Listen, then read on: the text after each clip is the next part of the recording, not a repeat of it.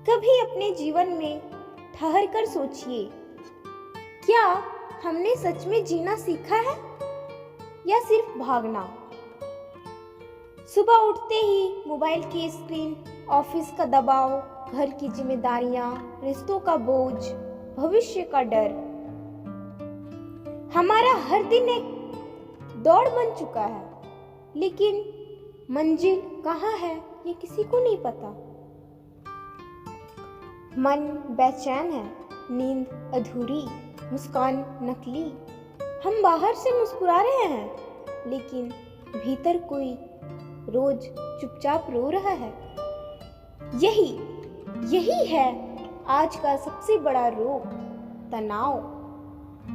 और जब यह तनाव भीतर घर कर लेता है, तब ना मन में शांति रहती है, ना जीवन में आनंद। तभी कबीर साहिब की वाणी गूंजती है,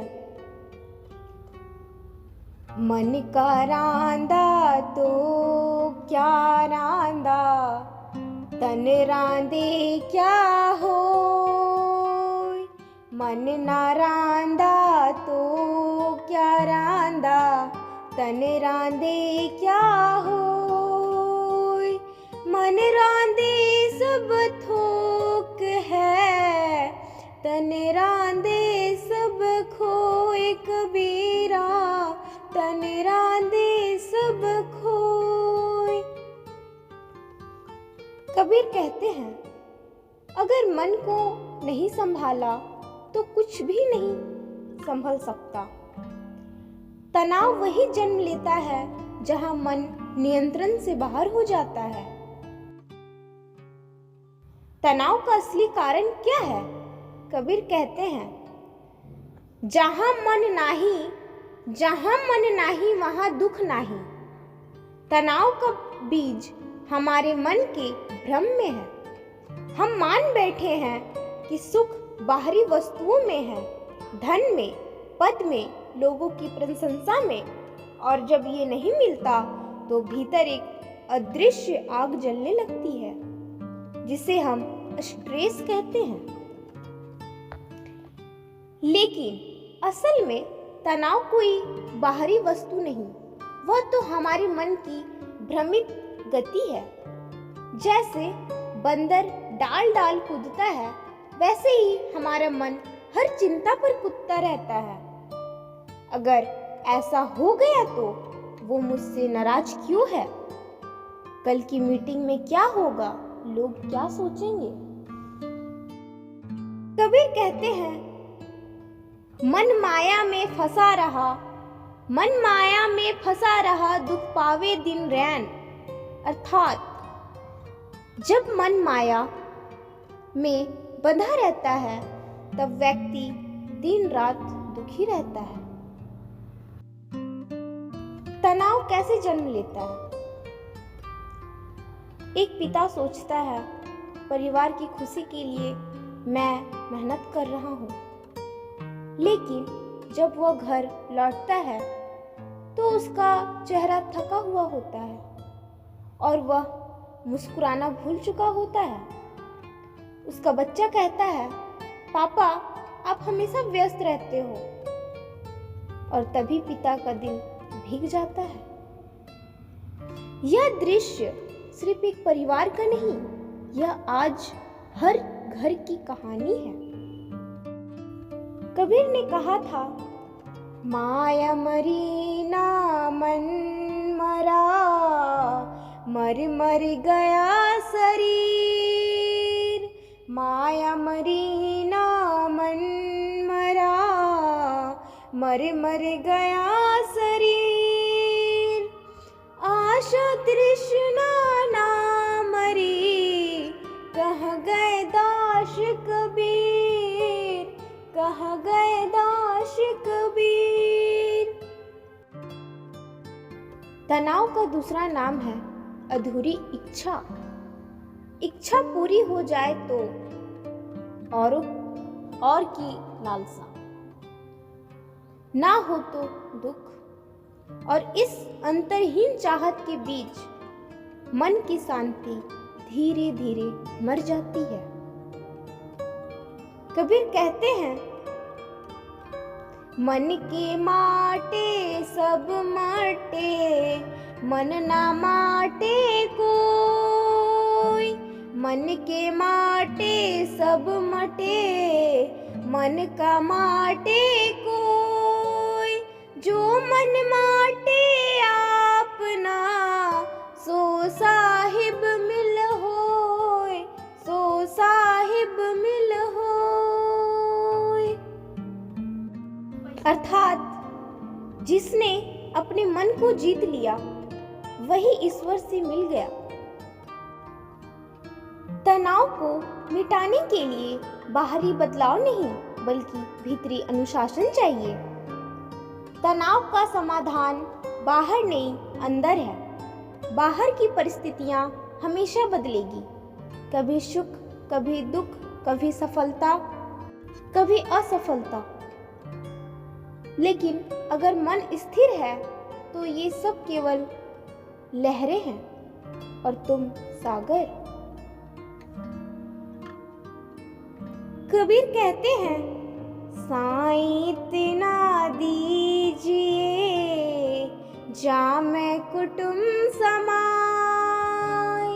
साईं इतना दीजिए जामै कुटुम समाए। मैं भी भूखा ना रहूं, साधु ना भूखा जाए, साधु ना भूखा जाए। यह वाणी हमें सिखाती है, संतुलन ही शांति है। तनाव तब जन्म लेता है जब हम अधिक चाहते हैं। थोड़ा कम चाहना ही सबसे बड़ा आराम है, क्योंकि जितनी बड़ी अपेक्षा उतना गहरा तनाव। कबीर के अनुसार तनाव दूर करने का प्रथम उपाय है सजग रहना। हर स्थिति में खुद को देखते रहना कि क्या मैं भय से चल रहा हूँ या प्रेम से। क्या मैं किसी के दोष दे रहा हूँ या स्वयं को सुधार रहा हूँ। कबीर कहते हैं, जो तिस भावे सो भला, हम तिस ही के दास। जो तिस भावे सो भला, हम तिसकी के दास। हम ना चले अभिमान से, चले प्रेम की रास, चले प्रेम की रास। जब हम जीवन में स्वीकार करना सीख लेते हैं तो तनाव स्वतः मिट जाता है, क्योंकि तनाव विरोध से पैदा होता है। हम जो हैं वैसे स्वीकार नहीं करते। हम सोचते हैं ऐसा क्यों हुआ। कबीर कहते हैं, जो हुआ वही हुआ है, जो हुआ वही अच्छा है, क्योंकि वही तुमने सिखाने आया है। ध्यान कोई जादू नहीं, वह तो मन की स्थिर दृष्टि है। दिन में कुछ पल छुपा लो, दिन में कुछ पल चुप लो। सांसों को देखो, मन के तूफान को देखो। धीरे धीरे वह शांत होने लगेगा। तभी भीतर से एक आवाज उठेगी, साहिब तुझ में ही है। तनाव से मुक्ति केवल ज्ञान से नहीं, जीवन शैली से भी आती है। कबीर का जीवन स्वयं इसका उदाहरण है। साधारण गृहस्थ करगा चलाते, जप करते, प्रसन्न रहते।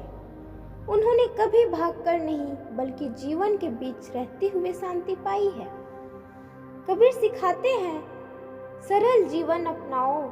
जितनी चीजें कम होगी उतना मन हल्का रहेगा। सत्य बोलो और दूसरों से प्रेम रखो। झूठ, छल, अपेक्षा ये सब मन को भारी करते हैं। सेवा और करुणा को अपनाओ। जब तुम किसी और के दुख को कम करते हो तब तुम्हारे भीतर का तनाव स्वयं गल जाता है। संत संगति करो। जो लोग सच्चाई की राह पर हैं उनके साथ रहो। जैसे अंधेरे में दीपक, वैसे ही सत्संग मन को प्रकाश देता है। कबीर कहते हैं, पोथी पढ़ी पढ़ी जग मुहा, पंडित भया न कोई। पोथी पढ़ी पढ़ी जग मुहा, पंडित भया न कोई। ढाई आखर प्रेम का, पढ़े सो पंडित होय। कबीरा पढ़े सो पंडित होय। ज्ञान का अर्थ केवल शब्द नहीं, अनुभव है। तनाव का अंत तब होता है जब व्यक्ति अपने अस्तित्व को पहचानता है, जब उसे समझ आता है मैं वह नहीं जो चिंता कर रहा हूँ, मैं वह हूँ जो उस चिंता को देख रहा हूँ। तभी भीतर से शांति का झरना फूट पड़ता है। यही है कबीर की अमृत वाणी। जहाँ मन मरता है वहीं जीवन खिलता है। कबीर की यह वाणी आज भी उतनी ही सत्य है जितनी 500 साल पहले थी। आज का मनुष्य मशीनों से घिरा है, पर खुद मशीन बन चुका है। वह भूल गया है कि जीवन का सार शांति में है, भ्रम में नहीं।